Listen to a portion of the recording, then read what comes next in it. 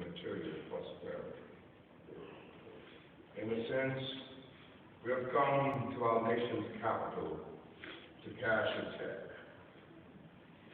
When the architects of our republic wrote the magnificent words of the Constitution and the Declaration of Independence, they were signing a promissory note to which every American was to fall heir. This note was a promise that all men, yes, black men as well as white men, would be guaranteed the unalienable rights of life, liberty, and the pursuit of happiness.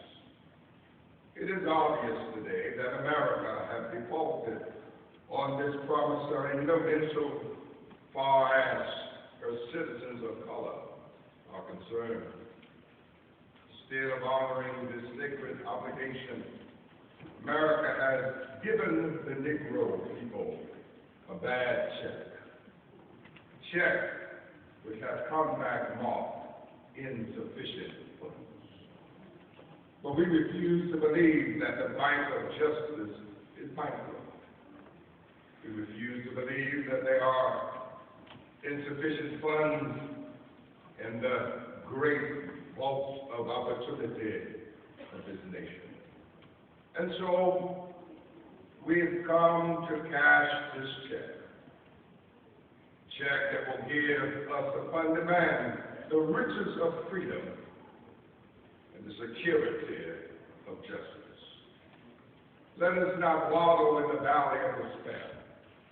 I say to you today, my friends, and so even though we face the difficulties of today and of tomorrow, I still have a dream. This is deeply rooted in the American dream. I have a dream that one day this nation will rise up and live out the true meaning of its creeds. We hold these truths to be self-evident, that all men are created equal. I have a dream that one day on the red hills of Georgia, the sons of former slaves and the sons of former slave owners will be able to sit down together at the table of brotherhood.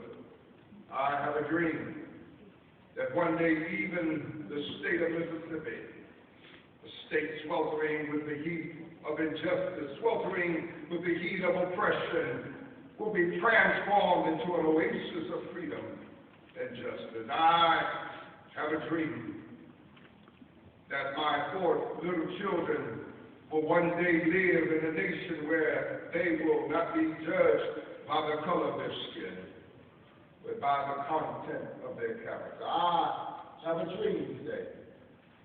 I have a dream that one day every valley shall be exalted, and every hill and every mountain shall be made low. The rough places shall be made plain, and the crooked places will be made straight. And the glory of the Lord shall be revealed, and all flesh shall see it. This is our hope. This is our faith that I go back to the South with. With this faith, we will be able to hew out the mountain of despair a stone of hope. With this faith, we'll be able to transform the jangling discourse of our nation into a beautiful symphony of brotherhood. With this faith, we'll be able to work together, to pray together, to struggle together, to go to jail together, to stand up for freedom together, knowing that we'll be able to be free one day. And this will be the day. This will be the day when all of God's children will be able to sing with new meaning, my country, 'tis of thee, sweet land of liberty, of thee I sing, land where my fathers died, land of the pilgrim's pride, from every mountainside let freedom ring. And if America is to be a great nation, it must become, and so let's freedom ring from the prestigious hilltops of New Hampshire. Let freedom ring from the mighty mountains of New York.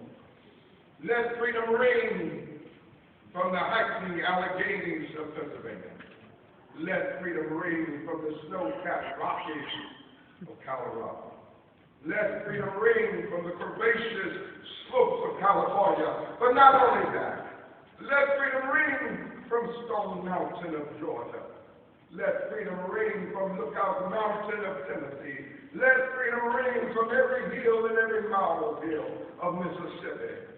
From every mountain side, let freedom ring.